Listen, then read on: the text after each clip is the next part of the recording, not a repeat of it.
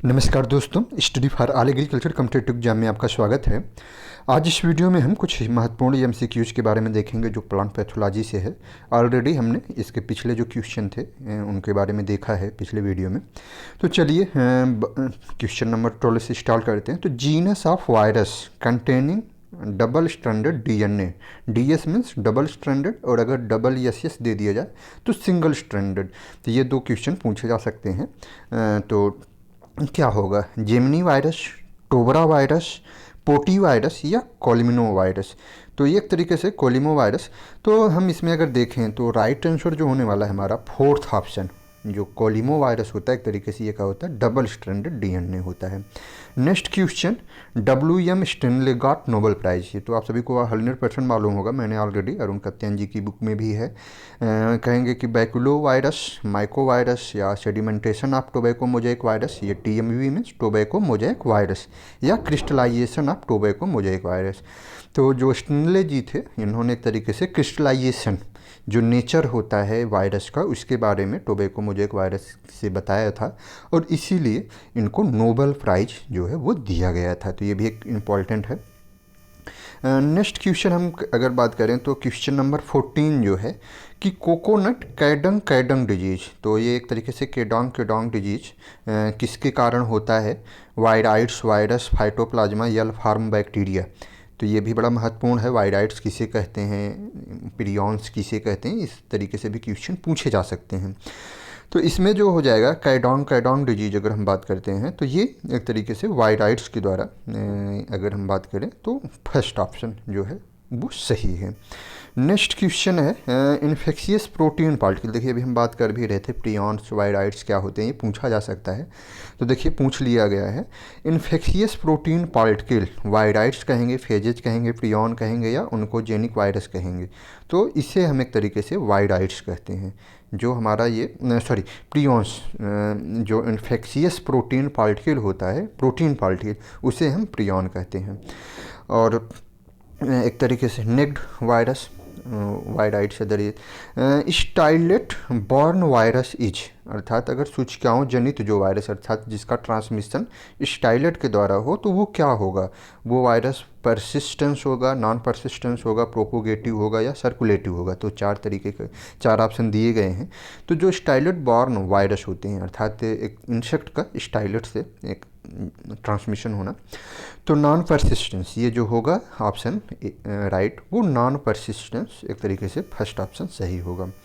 Next question, question number जो 17 है, कहेंगे कि plant virus cross infected to uninfected cells through a channel is known है। अर्थात जो हमारा प्लांट वायरस है, प्लांट वायरस को जनरली क्या होता है, अब सभी को मैंने बताया हुआ है, प्लांट वायरस जनरली RNA होता है, और जो कि ह्यूमन वायरस होता है वो जनरली DNA होता है। बस इसके कुछ अपवाद पाए जाते हैं कि जो अपोजिट होते हैं, तो वो याद रखना है, मैंने ऑलरेडी बताया हुआ है।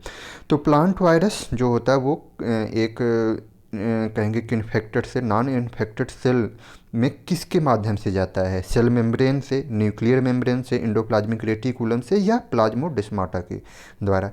तो इसमें क्लियर कट है कि सेल मेम्ब्रेन, न्यूक्लियर मेम्ब्रेन या हम इंडोप्लाज्मिक रेटिकुलम होता नहीं है, तो ये जाता है प्लाज्मोडेस्माटा के द्वारा। तो ये 17 में 1 जो है वो राइट है। नेक्स्ट क्वेश्चन 18, राइस टुंग्रो वायरस, अर्थात चावल में टुंग्रो वायरस का अटैक होता है तो ये पूछा जा सकता है। और इसके दो टाइप, ये जो वायरस पार्टिकल होते हैं ये 2 टाइप के होते हैं। तो वो क्या होते हैं, बैसिलस या स्फेरिकल, या दोनों बैसिलस होते हैं, दोनों स्फेरिकल होते हैं, या बोथ आइसोमेट्रिक। तो इसमें क्या ऑप्शन हो जाएगा आपका, तो ये एक तरीके से बैसिलस और स्फेरिकल जो दोनों पार्टिकल होते हैं, एक बैसिलस होता है और एक स्फेरिकल होता है। तो इसमें फर्स्ट जो ऑप्शन है वो सही है। नेक्स्ट क्वेश्चन की तरफ अगर हम देखें तो virus capsid are made from the structural molecule called, जो वायरस कैप्सिड होता है वो किसका बना होता है, इन्वेलोप, प्रोफेज, स्पाइक्स या कैप्सोमी। तो देखिए कैप्सिड कैप्सोमियर्स एक तरीके से जो हमारा टोबैको मोजाइक वायरस होता है उसमें देखिए ऑलरेडी, तो ये एक तरीके से कैप्सो, सेकंड ऑप्शन राइट हो जाएगा। Next question, question number 20, solar energy treatment for loose smut of wheat disease was given by. मैंने ऑलरेडी आप सभी को काफ़ी इस पर फोकस करके बताया भी था कि 3 तरीके के फिजिकल ट्रीटमेंट शीट के होते हैं। एक तो हमारा सोलर ट्रीटमेंट हो जाएगा, दूसरा एयर ट्रीटमेंट और तीसरा हॉट वाटर ट्रीटमेंट। मैंने तीनों को बताया था किसने दिया है, जेंसन, कुनकन एंड लूथरा। तो ये तीनों याद रखना है। और जो सोलर ट्रीटमेंट में राइट होने वाला है वो लूथरा है, लूथरा एंड शटर। तो ये कहेंगे कि एक तरीके से तार, तो ये 100% याद आ गया। देखिए नेक्स्ट क्वेश्चन, ये देखिए प्रीवियस ईयर का पेपर है।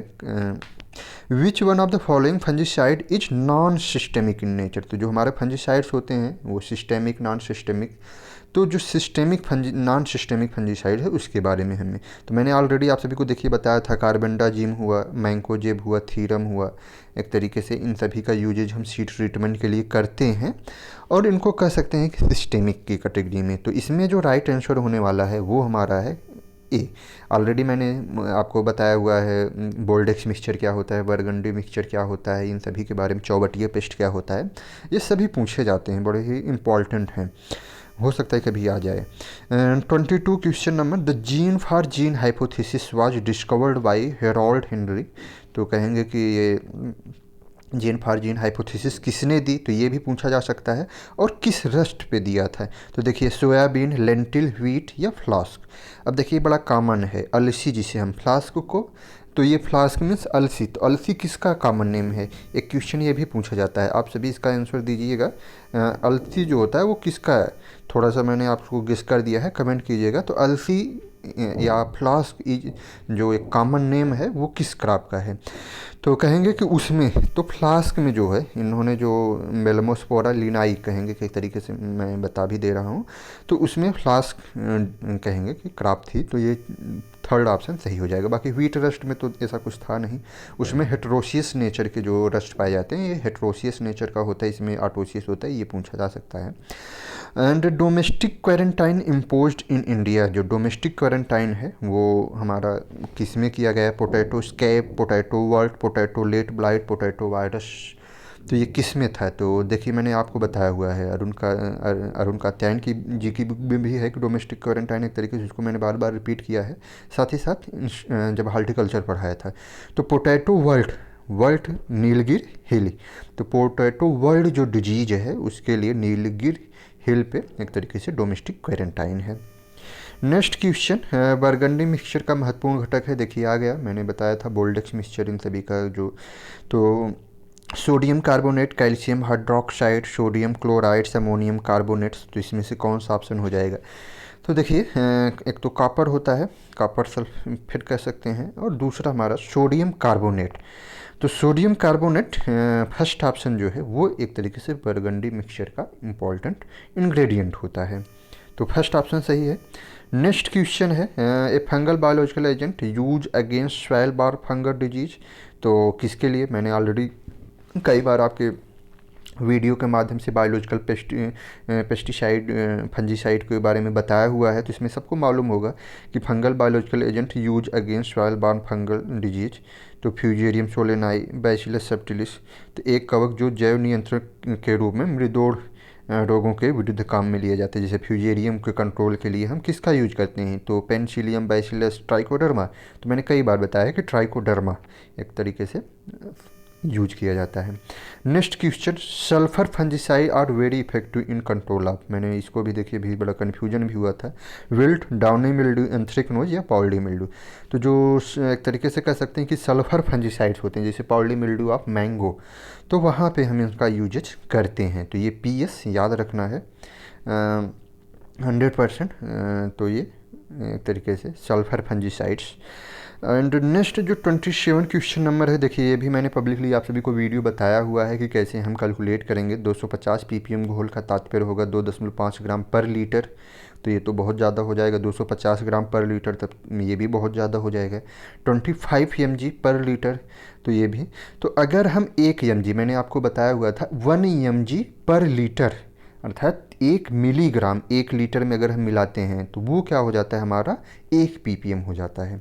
तो इसमें 250 ppm की बात हो रही है, तो 250 mg पर लीटर इक्वल टू 250 ppm। तो ये डायरेक्ट आपको उस कैलकुलेशन, देखिए मैंने उसको एंटोमोलॉजी की प्लेलिस्ट में डाल रखी है, वहाँ से जाके आपको जो कैलकुलेशन है वो कर लेंगे। तो ये देखिए डायरेक्ट वहाँ से आपका क्वेश्चन पूछा गया है। नेक्स्ट क्वेश्चन कह सकते हैं कि स्ट्रेप्टोमाइसिन एंटीबायोटिक्स इज प्रोड्यूस, मैंने पूरी लिस्ट जो आपको बताई थी एमपी कौशिक की, उसमें देखिए मैंने बताया था कि ये इंपॉर्टेंट लिस्ट है और पूछी जा सकती है। तो स्ट्रेप्टोमाइसिस ग्रेसियोक्रोमजेंस, स्ट्रेप्टोमाइसिस कहेंगे कि केसुगियनेंसिस, या पेनिसिलियम ग्रेसियोफल्वम, या स्ट्रेप्टोमाइसिस ग्रेसियस।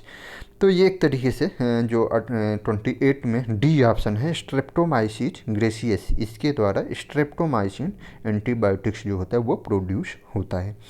तो देखिए ये प्योर पैथोलॉजी, अगर कोई स्टूडेंट इसमें मैं ये कहूँगा कि अगर उसको ये देखिए कोई आईसीआर अर्थात एक तरीके से नेट का एग्ज़ाम प्लांट पैथोलॉजी से देता है, या ये एमएससीएजी जो प्लांट पैथोलॉजी से उसके लेवल का ये पेपर है।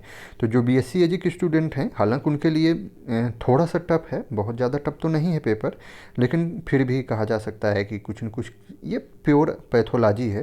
तो इतना डीपली तो अदर कम्पिटिटिव एग्जाम में नहीं, जहाँ हर एक बीएससी एजी ओवरऑल सब्जेक्ट से क्वेश्चन आने हैं, उतना डीपली तो नहीं, लेकिन बड़े महत्वपूर्ण क्वेश्चन, जो भी क्वेश्चन पूछे गए हैं बड़े महत्वपूर्ण हैं और कह सकते हैं कि अच्छे क्वेश्चन हैं। तो अभी 28 क्वेश्चन हो गए, बाकी के जो अभी क्वेश्चन 72 क्वेश्चन बच रहे हैं उनको भी हम नेक्स्ट वीडियो में कवर करने की कोशिश करेंगे। तो उम्मीद है आप सभी को वीडियो पसंद आया होगा, और जो भी स्टूडेंट हैं अच्छे से तैयारी कीजिए। जब भी आपका एंट्रेंस एग्ज़ाम होता है एक रिज़ल्ट जो है वो अच्छा आए।